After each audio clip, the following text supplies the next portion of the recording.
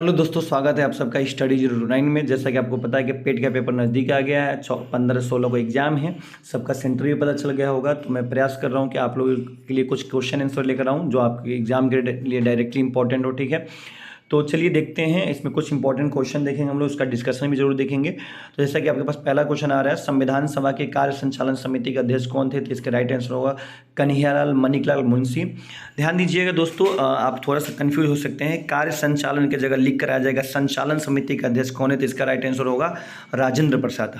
ठीक है, तो उसको इंग्लिश में बोलते हैं स्ट्रिंग कमेटी। ठीक है, तो ऑर्डर ऑफ बिजनेस कमेटी अगर आए तो इसका राइट आंसर होगा के एम मुंशी, और अगर संचालन समिति आए तो आपका आंसर होगा राजेंद्र प्रसाद। ठीक है, नेक्स्ट देखेंगे, संविधान सभा की प्रारूप समिति का गठन कब हुआ था? तो ये ड्राफ्टिंग कमेटी की स्थापना 29 अगस्त 1947 को बी आर अम्बेडकर द्वारा, मतलब बी आर अम्बेडकर इसका अध्यक्ष थे और 6 और मेंबर इसके सदस्य थे। ठीक है, जिसमें के एम मुंशी भी थे। तो ध्यान दीजिएगा, ड्राफ्टिंग कमेटी की स्थापना 29 अगस्त 1947 को हुई थी और चेयरमैन बी आर अम्बेडकर थे। मैं आपको एक और बात बता दूं कि अगर कभी पूछ ले कि भारतीय संविधान सभा की पहली बैठक कब हुई थी, तो आप कहेंगे 9 दिसंबर 1946 को।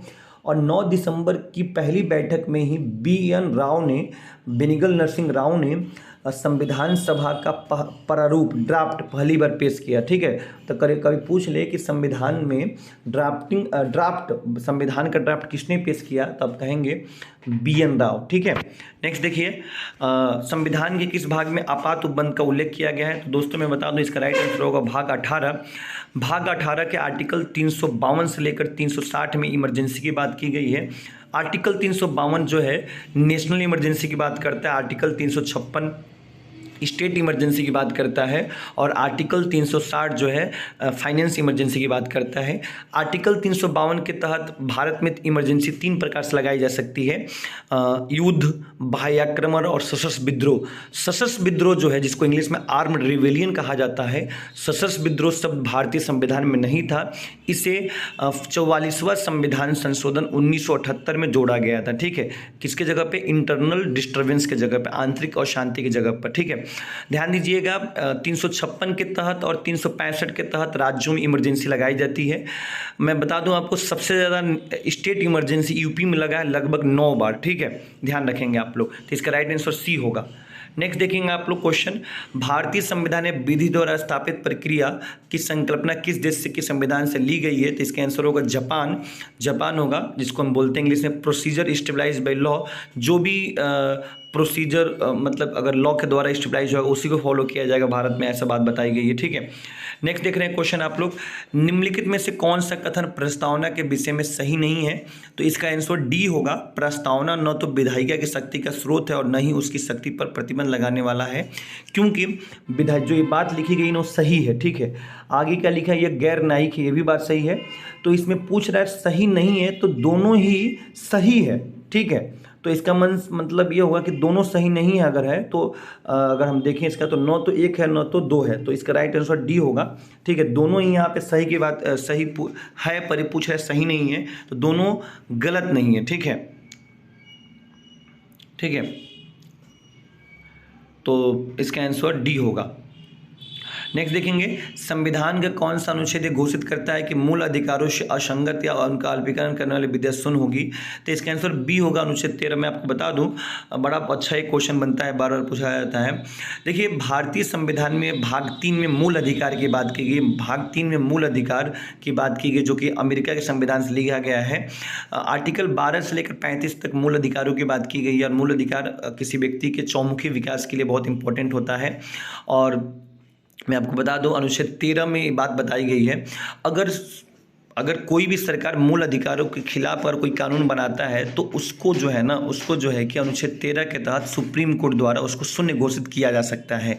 मतलब अगर भारत सरकार या स्टेट गवर्नमेंट कोई ऐसी कानून बनाई जो मूल अधिकारों के उल्लंघन की बात करता है, तो अनुच्छेद 13 के तहत सुप्रीम कोर्ट जो है कि उन कानूनों को रद्द कर देगा, जीरो घोषित कर देगा। ठीक है, ये चीज़ याद रखिएगा। अनुच्छेद 13 को भारतीय संविधान के मूल अधिकार का सुरक्षा कवच कहा जाता है। अनुच्छेद 13 को काफ़ी इंपॉर्टेंट आर्टिकल है। ठीक है, नेक्स्ट देखेंगे, संविधान में अंतर्राष्ट्रीय शांति और सुरक्षा की अभिवृद्धि का उल्लेख निम्न किसने में किया गया? तो ये उसका आंसर होगा बी, नीति निर्देशक तत्व। DPSP में इसकी बात की गई, आर्टिकल 51 में बात किया गया, 51 में बात इसकी की गई है। मैं आपको बता दूं भारतीय संविधान के भाग 4 में directive principle of state policy की बात की गई है और यह व्यवस्था जो है आयरलैंड के संविधान से लिया गया है और यह जो है कि आर्टिकल 36 से लेकर 51 तक इसकी बात की गई है।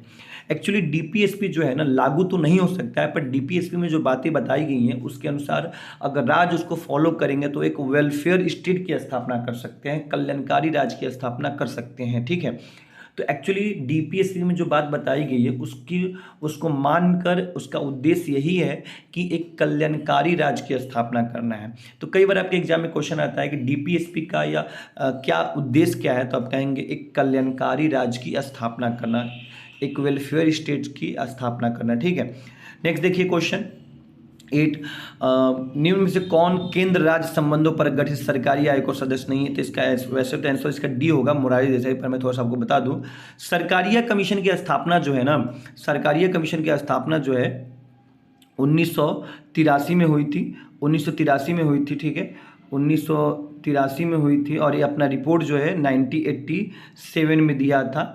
मैं आपको बता दूं ये जो कानून है मतलब सरकारी आयोग है, इसका काम यह था कि जो है कि ये केंद्र और राज्यों के बीच विवादों को कैसे सॉल्व करे, इसके लिए काम मतलब इसके लिए इसका रिकमेंडेशन देना था। ठीक है, तो स्थापना 1983 में हुई थी और यह 1987 में अपना रिपोर्ट दिया और गवर्नमेंट ऑफ इंडिया ने इस रिपोर्ट को मानते हुए 1990 में इंटर स्टेट काउंसिल की स्थापना की। इसको बोलते हैं अंतर्राज्यीय परिषद, जो आर्टिकल 263 के तहत इसकी स्थापना की गई थी।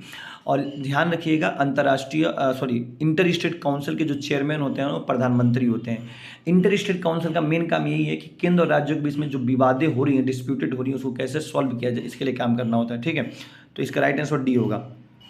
नेक्स्ट देखेंगे the chairman of the general council, तो इसका आंसर तो होगा यूनियन होम मिनिस्टर। पर मैं थोड़ा सा बता दूं इसको जनरल काउंसिल बोलते हैं, क्षेत्रीय परिषद बोलते हैं। क्षेत्रीय परिषद की स्थापना राज्य पुनर्गठन अधिनियम 1956 के तहत की गई थी। भारत में पहले तो 5 क्षेत्रीय परिषद हुआ करते थे, नॉर्थ, ईस्ट, वेस्ट, साउथ और सेंट्रल। ठीक है, पर 1971 में नॉर्थ ईस्ट एक जोनल काउंसिल की भी स्थापना की गई। ठीक है, ध्यान दीजिएगा जोनल काउंसिल की स्थापना करने का मेन पर्पज ये है कि भारत में जो नॉर्थ में कुछ स्टेट आते हैं वो अपना डेवलप कर लें, साउथ में जो स्टेट आते हैं वो अपना डेवलप कर लें, ईस्ट में जो आते हैं अपना डेवलप करें, वेस्ट वाले अपना डेवलप कर लें, इससे पूरा भारत डेवलप हो जाएगा। ठीक है, तो जब भी इसकी बैठक होती है ना तो इसमें होम मिनिस्टर चेयरमैन होते हैं और उस अगर मैं नॉर्थ काउंसिल की बात करूंगा तो नॉर्थ काउंसिल के जितने भी स्टेट हैं उसमें जो राज्य हैं उसके जो सीएम है उसके सदस्य होंगे। ठीक है, और चेयरमैन कौन होंगे? होम मिनिस्टर होंगे। प्लीज़ इसे याद करिए जरूर, क्योंकि बहुत बार पूछा गया है।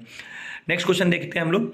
राष्ट्रीय आपातकाल की घोषणा जारी करने के कितने बाद समय के भीतर इसका संसद के दोनों सदनों द्वारा अनुमोदन आवश्यक है? इसका आंसर होगा 1 माह बाद। ठीक है, मैं आपको बता दूं आर्टिकल 352 के तहत भारत में राष्ट्रीय आपातकाल की घोषणा पहली बार 1 महीने तक की जा सकती है, पर 1 महीने के अंदर अंदर लोकसभा और राज्यसभा इसे विशेष बहुमत द्वारा अगर पास कर देते हैं तो यह 6 महीने तक एक्सटेंड हो जाएगा और ऐसे ही 6-6 महीना तक पास करते हुए अनिश्चित काल तक यह इमरजेंसी चलता रहेगा। ठीक है, तो इसका राइट आंसर होगा 1 बी।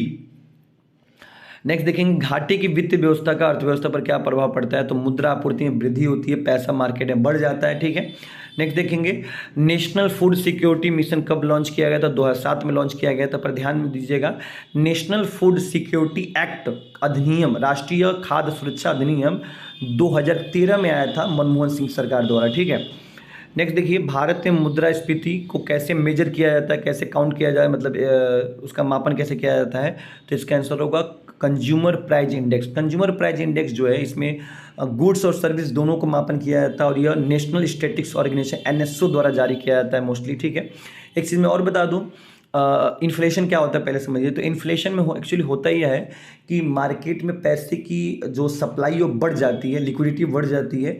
जब लिक्विडिटी बढ़ेगी, पैसा बढ़ेगा तो डिमांड बढ़ जाता है, जब डिमांड बढ़ता है तो सप्लाई कम हो जाती है। ठीक है, तो इसीलिए इसमें होता क्या है कि इन्फ्लेशन में, मुद्रास्फीति में, इसको महंगाई भी कहते हैं, इसमें पैसे की वैल्यू कम हो जाती है, पैसे की जो वैल्यू होती है वो कम हो जाती है। जैसे कि आप पहले 10 रुपये में 10 गोलगप्पा खाते थे, अब 5 ही खाते हो, तो इसका मतलब 10 रुपये की वैल्यू क्या हो गई? कम हो गई। ठीक है, तो यही एक्चुअली होता है इन्फ्लेशन। नेक्स्ट देखेंगे क्वेश्चन, न्यूनतम समर्थन मूल्य निर्धारण संबंधी संस्तुतिकर्ता कौन है, रिकमेंडेशन कौन करता है? तो इसका आंसर होगा agriculture cost and price commission. ठीक है, इसकी स्थापना 1965 में हुई थी और यह जो है कि MSP मिनिमम सपोर्ट प्राइस जो है कि 22 फसलों पे जारी करती है। ठीक है, ध्यान रखिएगा। नेक्स्ट है भारत में विदेशी विनिमय भंडार का रखरखाव कौन करता है? RBI करता है। RBI जो है कि फॉरेन करेंसी को रिजर्व करने का काम करता है, उसका संरक्षण करता है। नेक्स्ट देखेंगे, निर्धनता का दुष्चक्र की अवधारणा निम्न से किसके द्वारा दी गई? तो इसका आंसर होगा रेगनर नकर से, बी इसका आंसर होगा। ठीक है, काफ़ी फेमस क्वेश्चन है यह। नेक्स्ट है the most appropriate measure of the country of economic growth, मतलब किसी देश की आर्थिक समृद्धि का सबसे उपयुक्त मापदंड क्या होता है? तो ग्रॉस डोमेस्टिक प्रोडक्ट GDP होता है। ठीक है, नेक्स्ट होगा द